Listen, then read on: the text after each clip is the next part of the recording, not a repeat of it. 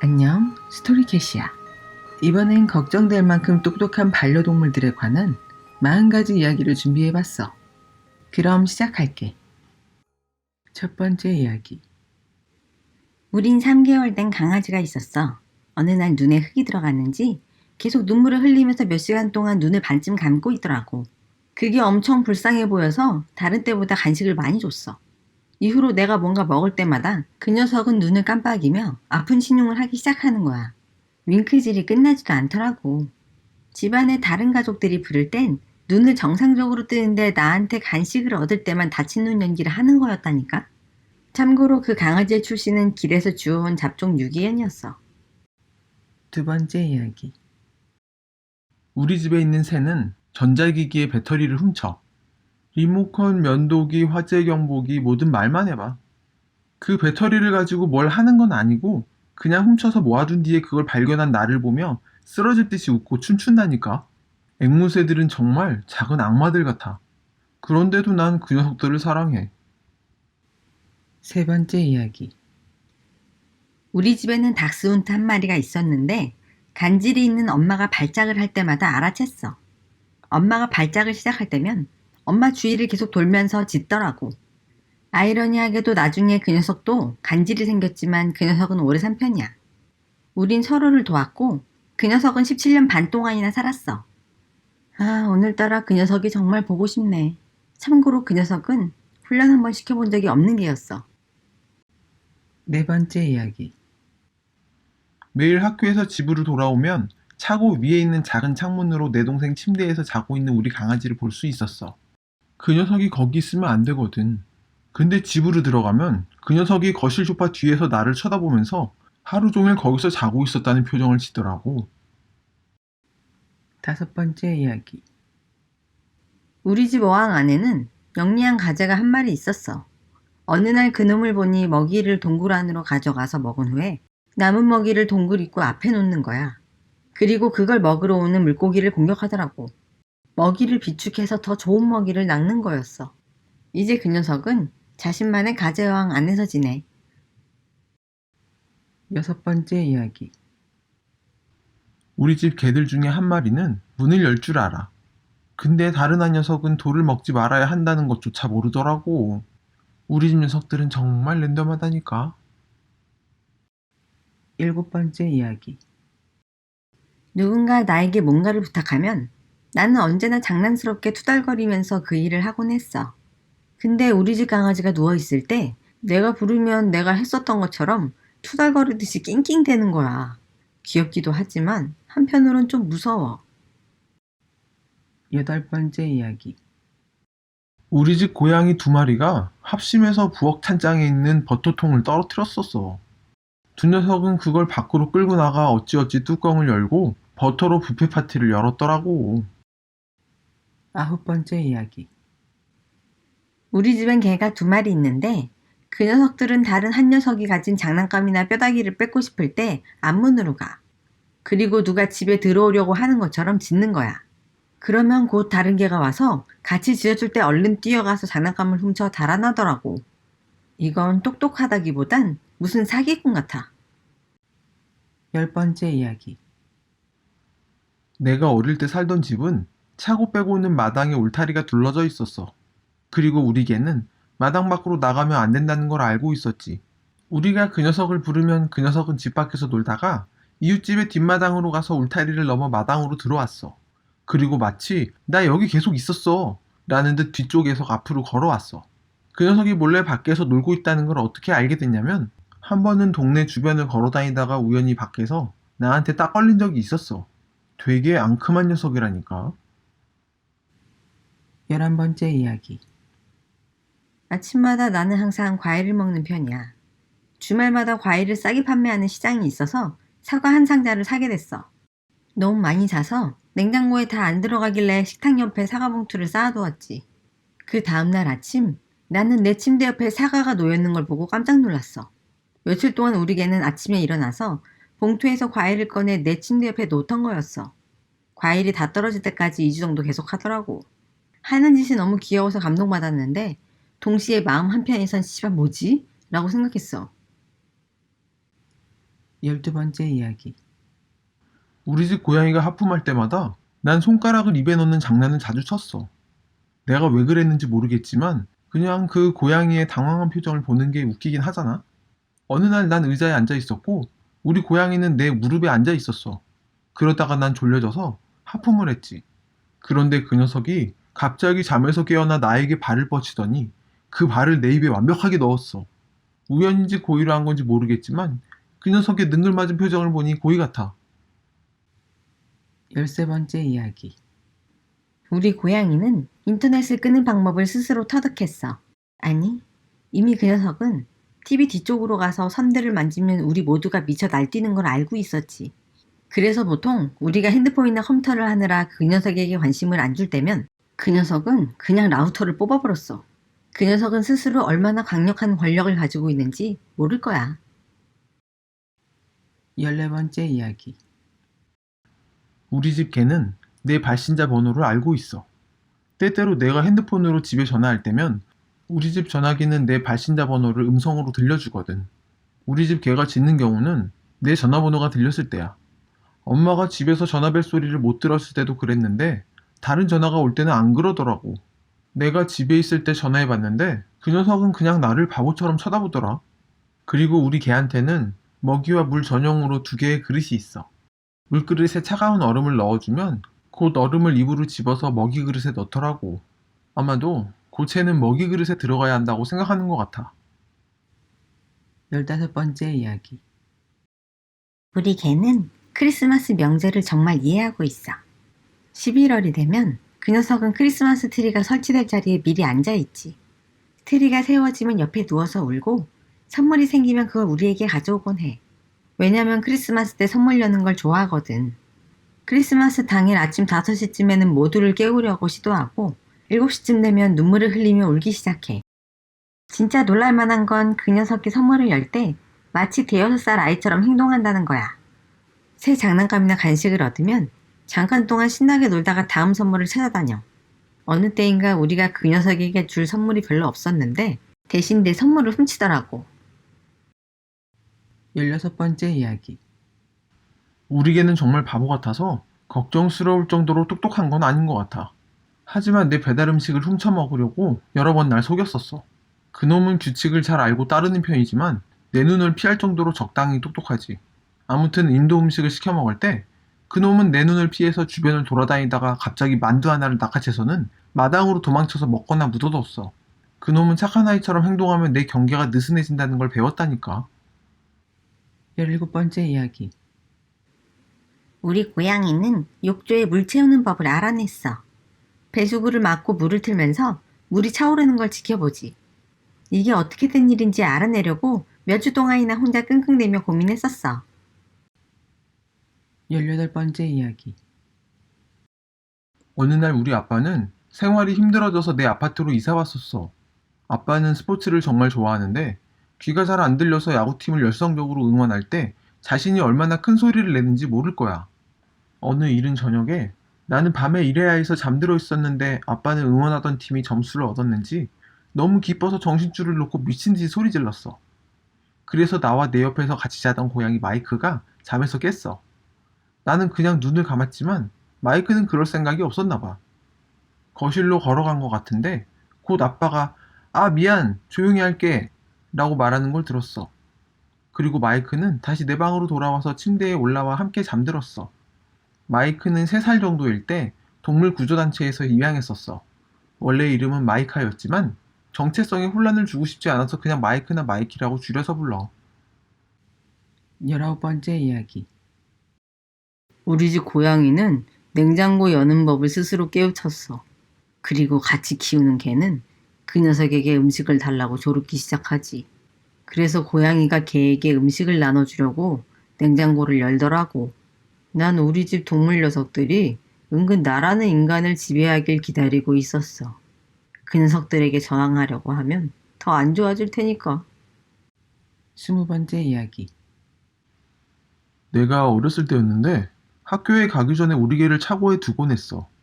어느 날 그 녀석은 어디선가 오래된 차고 문 열쇠를 찾아냈고 어떻게 작동하는지도 알아냈어. 그 문 열쇠는 문 옆에 놓인 화분에 묻어두었더라고. 그래서 밖에 나가려고 하면 우리 개는 차고 문이 열릴 때까지 화분을 만지작거렸지. 문이 열리면 이웃집 개와 만나서 거실에서 신나게 놀았어. 그 이웃집 개도 이웃집 차고 문을 어떻게 열어야 하는지 알아냈거든. 오전 수업만 하던 어느 날 운 좋게 녀석이 나가는 걸 보고야 말았지 뭐야. 우리 가족은 어떻게 문이 열렸는지 전혀 모르는 눈치더라고. 내가 집에 도착했을 때 문이 열렸고 우리 개가 그 방향으로 오는 걸 봤어. 그 녀석의 코에 흙이 묻어 있었고 바닥에도 흙이 있었지. 그래서 일어난 일들을 추리해내는 건 그리 어렵지 않더라고. 21번째 이야기. 우리 고양이 중 한 마리는 문의 약점을 체계적으로 찾아보고 있었어. 벽에 걸린 열쇠를 흔들어대면 그 소리가 문을 열게 만든다는 걸 알고 있더라고. 얘가 마침내 볼트 하나를 그 작은 발로 움직여 잠금을 풀어버렸어. 만약 그 녀석이 문 손잡이를 돌릴 수 있다면 벌써 도망갔겠지. 그리고 다른 고양이 중에 한 뚱뚱한 녀석은 나의 발 위에 누워서 알람 시스템을 만들었어. 가능한 한 항상 그의 발로 내 발을 만지려고 해. 그래서 내가 일어나면 그 녀석이 자고 있더라도 내가 그를 건드려서 깨우게 되는 거지. 그러면 혹시 밥이라도 줄까 기대하는 눈빛으로 날 쳐다보더라고. 22번째 이야기. 똑똑하다기보단 걱정스러울 정도로 계산적이라는 표현이 어울리는 애 얘기야. 몇 년 전 크리스마스 이브에 우리 고양이들에게 줄 간식 선물을 포장하고 있었어. 난 그런 사람이거든. 새 남자 고양이들은 별로 소란스럽지 않았는데 엠버라는 공주님은 지금 바로 그 간식을 원했어. 물론 그 녀석은 고양이니까 크리스마스에 대한 개념이 없었지. 그래서 나는 엠버에게 평소에 주던 간식 하나를 줬고 선물들은 다시 치웠어. 엠버는 이게 마음에 들지 않았나 봐. 여기서 엠버에 대해 알아야 할 중요한 것이 하나 있는데 그 녀석은 절대 위로 올라오지 않았어. 먼치킨 종이라 작은 다리로는 너무 높아서 그 녀석은 보통 아래층을 점령하곤 했거든. 그런데 그날 밤 나는 이상한 소리에 잠에서 깼어. 눈을 떠보니 바로 내 앞 책장 위에 엠버가 앉아있더라고. 왜 위에 있고 어떻게 내 책장에 올라갔는지 너무 혼란스러웠어. 그 녀석과 눈을 마주하며 생각하고 있었는데 갑자기 엠버는 손가락을 펴고 내 액션 피규어 하나를 팍 쳐서 책장에서 떨어뜨렸어. 난 처음에 반응하지 않았는데 그 녀석은 또 하나 팍, 또 하나 팍 하고 피규어들을 차례로 쳐서 떨어뜨려 버렸어. 세 번째가 되자 나는 뭘 하려는지 의도를 파악했고 놀라서 엠버에게 크게 소리쳤어. 그랬더니 엠버는 책장에서 뛰어내려 내 방을 나가더라. 이것이 고양이도 하늘 품고 복수를 할 수 있다는 것을 확신하게 된 순간이었어. 23번째 이야기. 내가 컴퓨터로 밤 늦게까지 일할 때 우리 개는 주방에서 자는 걸 좋아해. 내가 일하는 자리가 주방 근처에 있거든. 그 녀석은 주방 불빛에 짜증날 때마다 커튼 뒤로 가서 눈을 가릴 수 있는 눈가리개를 만들어 쓰더라고. 그 눈가리개를 눈에 딱 맞게 만들려고 몇 번이나 뒤적거린다니까. 24번째 이야기. 내가 어렸을 때 우리 집에는 엄청나게 똑똑한 킹 찰스 스파니엘 종의 개가 한 마리 있었어. 그 개는 놀랍게도 수십 개의 단어들을 배우더라고. 그래서 그 녀석에게 특정 사람을 찾아가거나 특정 방에서 우리를 기다리라고 하거나 15개의 다양한 장난감 중에서 특정한 것을 하나 선택하라고 할 수도 있었어. 이 개는 고슴도치를 가져와서 아빠 사무실에 가져다 놔. 와 같이 그 요소들을 조합한 상세한 명령도 따랐어. 말하자면 녀석은 놀라운 천재기였어. 이 녀석이 가장 좋아하는 장난감은 사람 모양의 작은 봉제 인형이었어. 우리는 그걸 그 녀석의 아기라고 부르곤 했지. 그 녀석은 그것과 함께 씨름을 하고 집안을 돌아다니며 가족이 모여 영화를 볼 때 그것을 바로 옆에 두곤 했어. 그 1년 후쯤부터 그 장난감은 조금씩 닳기 시작해서 엄마는 그것을 교체하기로 결정했어. 걔를 놀라게 하기 위해 엄마는 기존 아기 인형을 몰래 쓰레기통에 버리고 새 것을 등 뒤에 숨겼어. 걔 이름이 코요테인데 엄마는 코요테라고 외치곤 방 중앙에 서 있었어. 그 개가 예상대로 방으로 달려 들어왔을 때 엄마는 아기 인형은 어디에 있어? 아기 인형 찾아와봐 라고 말했어. 모두들 그 녀석이 장난감이 없다는 것을 발견하고 그것을 찾아 나서기를 기대했지. 그 녀석은 과거에 비슷한 일을 했었으니까. 하지만 예상과는 달리 코요테는 쓰레기통 쪽으로 터벅터벅 걸어가서 그 작은 발로 쓰레기통 페달을 밟기 시작하는 거야. 그 녀석은 가벼워서 그걸 여는 건 무리였지만 그 의도는 확실했지. 결국 코요테는 2개의 아기 인형을 가지게 되었어. 꾀가 많으면 재물이 온다더니 이 녀석이 그렇다니까. 25번째 이야기. 나에겐 두 마리의 말 레드와 미키가 있어. 그 녀석들의 자리는 마당 옆쪽에 나란히 놓여 있는데 울타리 사이에는 간격이 있어서 영리한 말이라면 옆 펜스의 건초를 훔칠 수도 있는 간격이었지. 언젠가부터 미키의 건초가 줄어있다는 걸 깨달았어. 레드의 짓이었지. 레드는 한 단계 더 나아가서 만약 미키의 건초를 훔칠 수 있다면 미키도 그 녀석의 건초를 훔칠 수 있을 거라고 깨달은 것 같았어. 그래서 레드는 미키가 자기 사료에 집중하고 있을 때 자신의 건초를 가져와서 안전한 곳에 놓았어. 그런 다음 미키의 건초도 가져와서 안전한 곳에 놓았지. 그리고 레드는 조용히 두 뭉치의 건초를 먹었어. 결국 우리는 건초 그릇을 모두 옮겨야 했어. 26번째 이야기. 우리 개는 화재 경보기를 무서워해. 그 녀석은 토스터기에 토스트가 타면 알람을 울릴 수 있다는 것도 알아냈어. 그러자 그 녀석은 토스터기를 무서워하기 시작하더라고. 결국 빵봉지 소리가 토스터기 소리 전에 난다는 것도 깨달았어. 그래서 그 녀석은 그 소리도 무서워하기 시작하는 거야.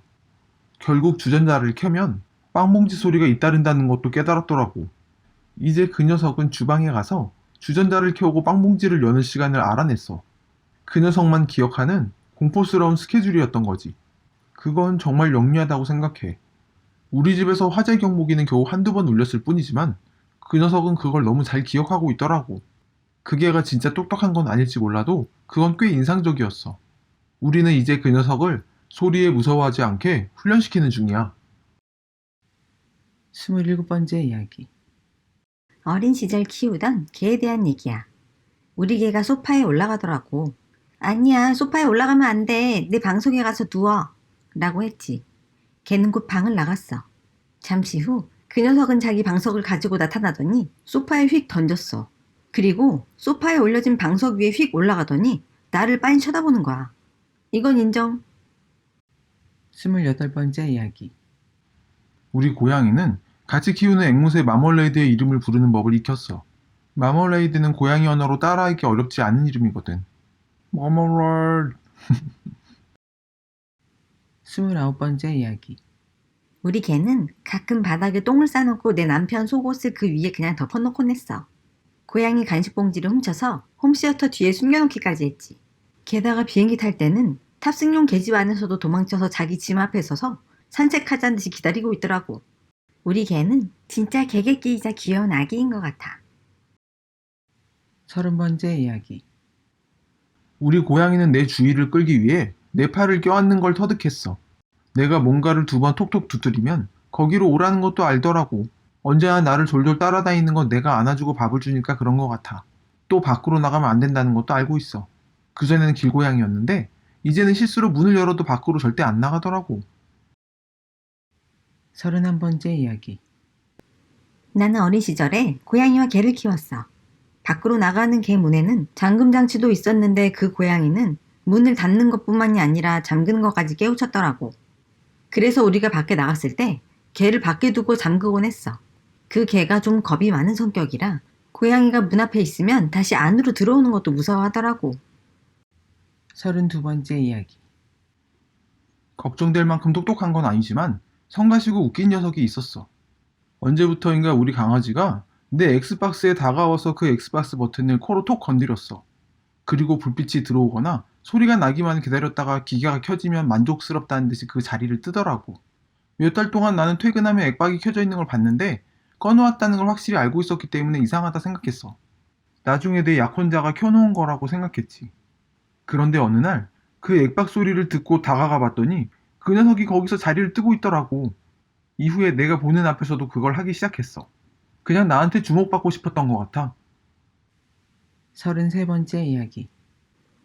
어느 날 우리는 어떤 친구의 개를 돌봐주고 있었어. 일하고 와서 보니 현관문 앞에 흙더미가 있더라고. 개는 평소와 다르게 현관에 엎드려 너무나도 미안해하는 슬픈 표정을 하고 있었지. 범인은 분명 이 녀석이었지만 어디서 그 흙을 가져왔는지 알아내는데 진짜 오래 걸렸어.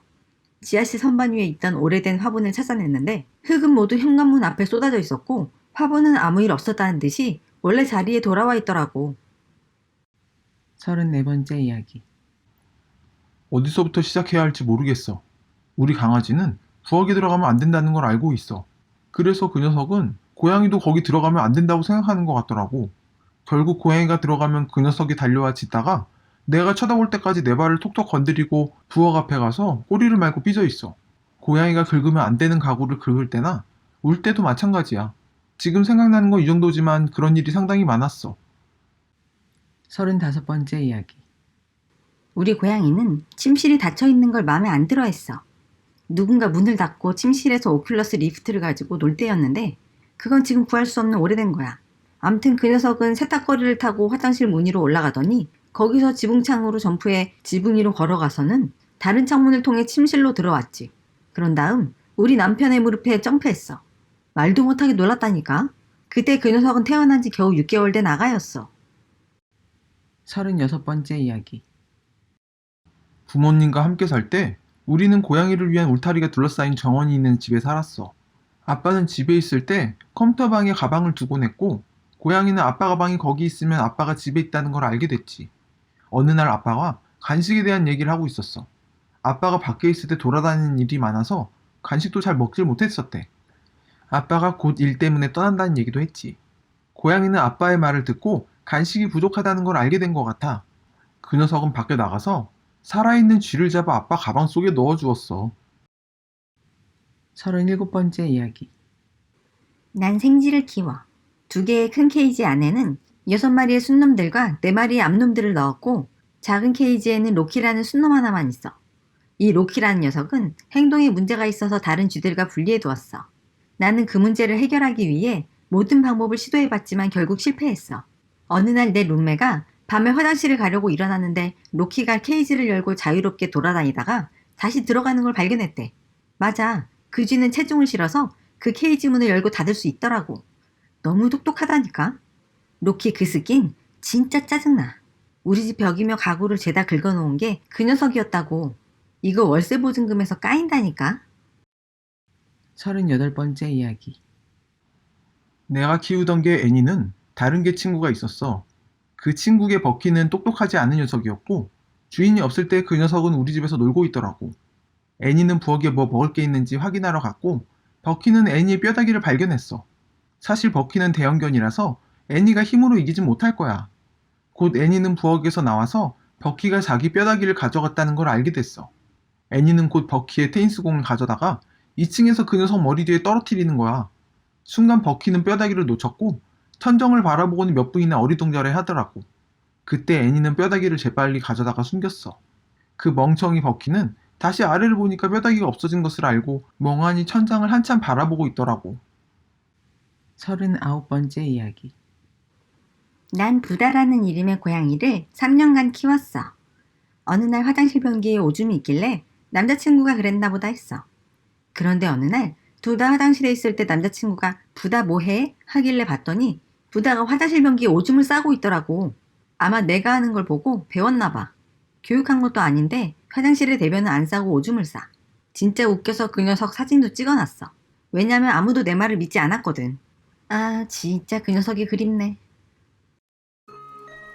지금까지 스토리캣이었어. 다음 시간에 다른 이야기로 찾아올게.